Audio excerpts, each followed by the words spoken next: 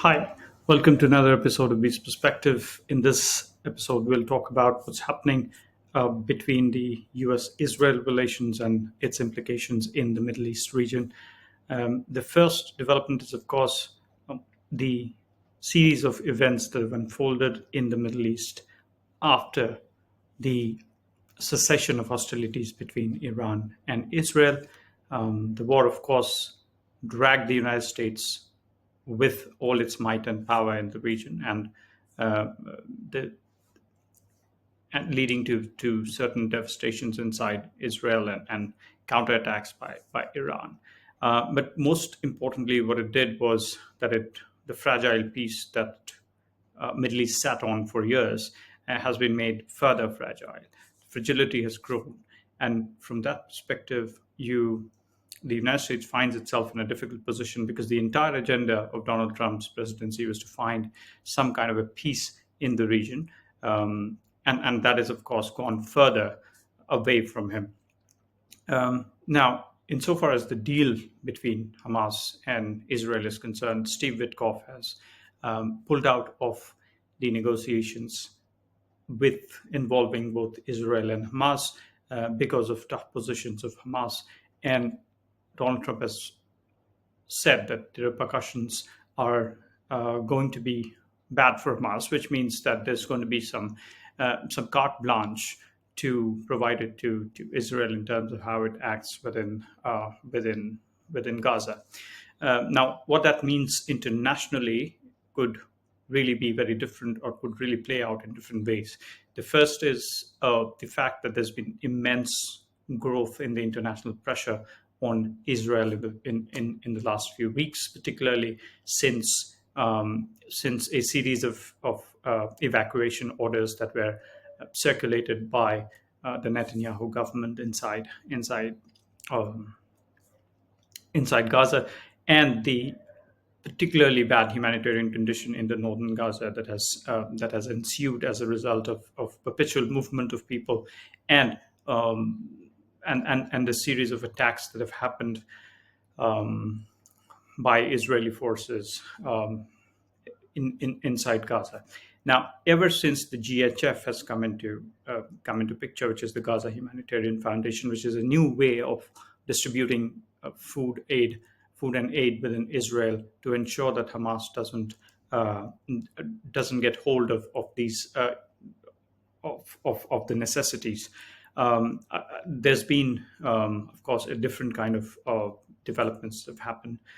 Now, amidst all this, you have the Israeli forces coming out and saying that there's no evidence of Hamas stealing away food and aid from these centers, which actually is a blowback for the Israeli side.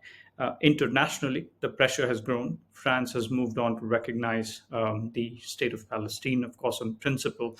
On ground, it doesn't change much, and you have Donald Trump presidency coming out, and Donald Trump categorically saying that doesn't mean anything, and Macron's words really do not carry any weight. All of that puts the whole jigsaw puzzle in a new position in terms of and opens a few more questions. If one of the European partners have gone ahead and recognized the state of Israel, does that pose harder questions for other European states like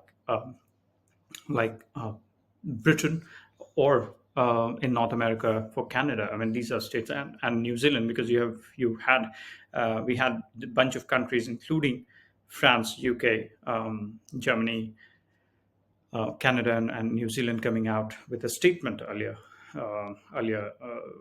this month against the Israeli government. So I think the consensus within the European architecture in terms of where they position, at least the heavyweights within the European Union and Canada and New Zealand, on where they position themselves vis-a-vis Gaza is going to be particularly starker in the coming days.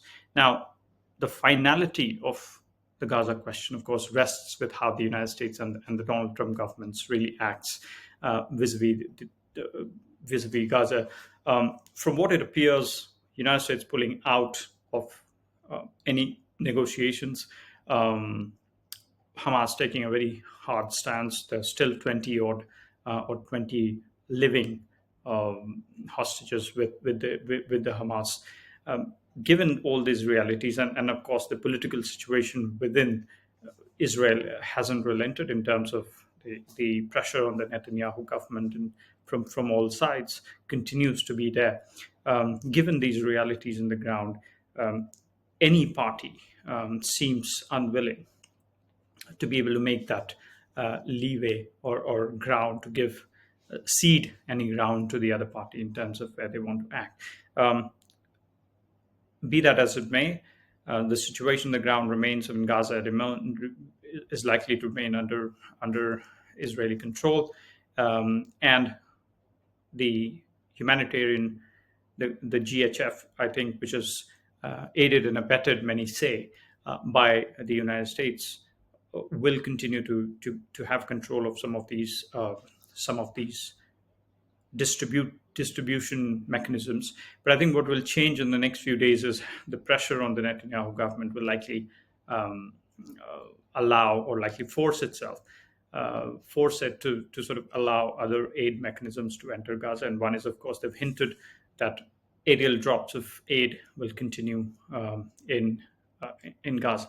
Now, I think where the Trump presidency might place itself here is stay out of this conflict, let the Israeli government handle this inside Gaza, um, on and off, have a conversation with them and tell them that they shouldn't cross certain red lines in terms of attacking hospitals. And last week there was an attack on the church, which actually was a very bad signal for evangelicals inside the United States. So I think those stock pictures should be avoided. Will be the conversation from Donald Trump um, to Netanyahu. But all in all, the situation in Gaza is unlikely to change in the short term.